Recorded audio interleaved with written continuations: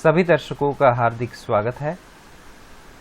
इससे पहले वाले वीडियो में हमने कुल मिलाकर 2 समासों की चर्चा की, द्वंद्व समास और द्विगु समास। आज के इस वीडियो समास पार्ट 2 में हम बात करेंगे अव्ययी भाव समास और बहुव्रीहि समास की। तो शुरुआत करते हैं अव्ययी भाव समास की। पिछले वीडियो में आपने जाना कि समास विग्रह क्या होता है और समस्त पद किसे कहते हैं। अव्ययी भाव समास के कुछ उदाहरणों पर नजर डालते हैं। बिना परवाह के ये समास विग्रह है, उसके लिए समस्त पद या तो सामासिक पद है लापरवाह। जो संभव न हो असंभव, असंभव समस्त पद हुआ, जबकि उसका विग्रह है जो संभव न हो। शक्ति के अनुसार यथाशक्ति। पहले तीनों उदाहरणों में आपने एक बात ध्यान में ली होगी कि पूर्व पद जो है वो उपसर्ग है। कक्षा 9वीं में आपने उपसर्ग पढ़े हैं। ला, अ, यथा, उप, ये सारे उपसर्ग हैं। तो इन उपसर्गों का प्रयोग अव्ययी भाव समास में पूर्व पद के रूप में होता है। कभी कभार अव्ययों का प्रयोग भी होता है। अंतिम उदाहरणों में हम नजर डालें बहुत धीरे, उसके लिए समस्त पद है धीरे धीरे। रात ही रात में, रातों रात। अब यहां देखिए, पहले 3 उदाहरणों में पूर्व पद उपसर्ग है, जबकि अंतिम 2 उदाहरणों में शब्द पुनरुक्ति हुई है। यानी कि एक शब्द 2 बार आया है और बीच में योजक भी है। तो कुल मिलाकर 2 कैटेगरी के समस्त पद अव्ययी भाव समास में आते हैं। पहली कैटेगरी है पूर्व पद उपसर्ग होगा और दूसरी कैटेगरी है शब्द पुनरुक्ति, यानी एक शब्द 2 बार आएगा और बीच में योजक चिन्ह का प्रयोग होगा। अव्ययी भाव समास को पहचानने का ये सबसे बढ़िया तरीका है कि इन दोनों बातों को ध्यान में लिया जाए। पूर्व पद उपसर्ग या अव्यय होगा, या तो फिर शब्द पुनरुक्ति होगी और कभी कभार योजक चिन्ह का प्रयोग भी संभव है। यहां पर मैं आपको याद दिलाना चाहूंगा कि योजक चिन्ह का प्रयोग द्वंद्व समास में भी होता है, लेकिन द्वंद्व समास में शब्द पुनरुक्ति नहीं होती है, एक शब्द 2 बार नहीं आता है। तो जब कभी भी अव्ययी भाव समास का विग्रह करना हो तो एक ही बात ध्यान में रखनी है कि समस्त पद का जो अर्थ बनता है वही अर्थ उसका विग्रह होता है। जैसे द्वार द्वारा, तो इसका अर्थ है हर द्वार। बेखटके, बिना खटके। सबसे आसान तरीका कि आप समस्त पद का वाक्य बनाइए। जैसे हम उस व्यक्ति की तलाश में द्वार द्वार भटके। अब यहां द्वार द्वार का मतलब क्या है? हर द्वार। तो जो अर्थ हुआ वही अर्थ उसका विग्रह बनता है। तो इस प्रकार हमने अव्ययी भाव समास की बात की। अब हम आगे बढ़ते हैं और बात करते हैं चौथे प्रकार बहुव्रीहि समास की। बहुव्रीहि समास के कुछ उदाहरण सबसे पहले पढ़ लेते हैं। घन के समान श्याम है जो, यहां बात हो रही है श्री कृष्ण की, जबकि समस्त पद हो रहा है घनश्याम। नीला है कंठ जिनका, बात हो रही है शंकर जी की, जबकि नया बनने वाला समस्त पद है नीलकंठ। 3 नेत्र हैं जिनके, यानी शंकर जी, जबकि समस्त पद हुआ त्रिनेत्र। और 10 आनन है जिनके, बात हो रही है रावण की, और नया शब्द है दशानन। इन चारों उदाहरणों में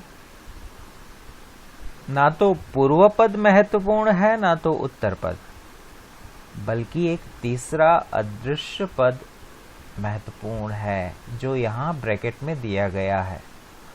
देखिए, ना घन का महत्व है ना शाम का, लेकिन इन दोनों पूर्व पद और उत्तर पद को मिला के एक तीसरा अदृश्य पद हमारे जहन में आता है और वो है श्री कृष्ण। तो ये तीसरा अदृश्य अन्य पद इसमें प्रमुख होता है। नीलकंठ, ना तो पूर्व पद महत्वपूर्ण है ना उत्तर पद, जबकि इस पूरे शब्द का अर्थ है, तात्पर्य है, शंकर जी की बात हो रही है यहाँ पर। तो बहुरी समास तीसरे अदृश्य पद को प्राधान्य देता है। अब इसका भेद कैसे पहचाने, कैसे पता चलेगा कि ये बहुरी समास है? तो पहले ही मैंने खासियत बता दी कि दोनों पद गौण और तीसरा अदृश्य पद जो यहाँ ब्रैकेट में दिए गए हैं वो प्रधान होंगे। और इसका विग्रह करने का तरीका जानते हैं। विग्रह करने के लिए है जो, वाला, जिनका, जिनकी, जिनके जैसे शब्दों का प्रयोग बहुरी समास में होता है। इन शब्दों के जरिए विग्रह संभव है। कुछ अन्य उदाहरण पर नजर डालते थे। पंख में जन्ने वाला, यहाँ पंख का मतलब है कीचड़ और ज मीन्स जनने वाला, लेकिन इन दोनों शब्दों को छोड़ के एक तीसरा अदृश्य शब्द महत्व रखता है और उसका अर्थ होता है कमल। महान है आत्मा जिनकी, देखो महात्मा, अब यहां पर हमने ब्रैकेट में व्यक्ति विशेष रखा है। इसकी वजह यह है कि महान आत्मा तो कई लोगों की हो सकती हैं। यहां पर हम महात्मा गांधी की बात नहीं कर रहे हैं, हम व्यक्ति विशेष की बात कर रहे हैं। व्यक्ति विशेष मीन्स महात्मा, आप नेल्सन मंडेला को भी कह सकते हो। तो एक से ज्यादा व्यक्तियों की जहां संभावना होती है वहां पर व्यक्ति विशेष ऐसा शब्द रखा जाता है। जैसे कमल के समान नयन वाली। अब कमल के समान नयन वाली तो अनेक स्त्रियां होती है, इसलिए यहाँ पर ब्रैकेट में हम लिखेंगे स्त्री विशेष और समस्त क्या बनेगा, कमल नयनी। तो ये है बहुरी समास की संकल्पना।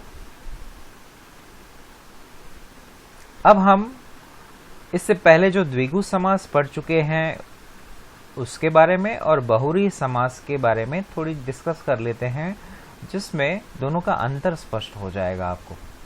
आपने ध्यान दिया होगा कि त्रिनेत्र शब्द का प्रयोग हमने द्विगु में भी किया और बहुरी में भी किया, लेकिन दोनों में अंतर क्या है? देखो, कोई एक समस्त पद एक से अधिक समास हो सकता है, निर्भर करता है कि आप उसका विग्रह किस प्रकार से करते हो। यदि आपने त्रिनेत्र का विग्रह ऐसे किया कि तीन नेत्रों का समूह, तो वो हो जाएगा द्विगु समास।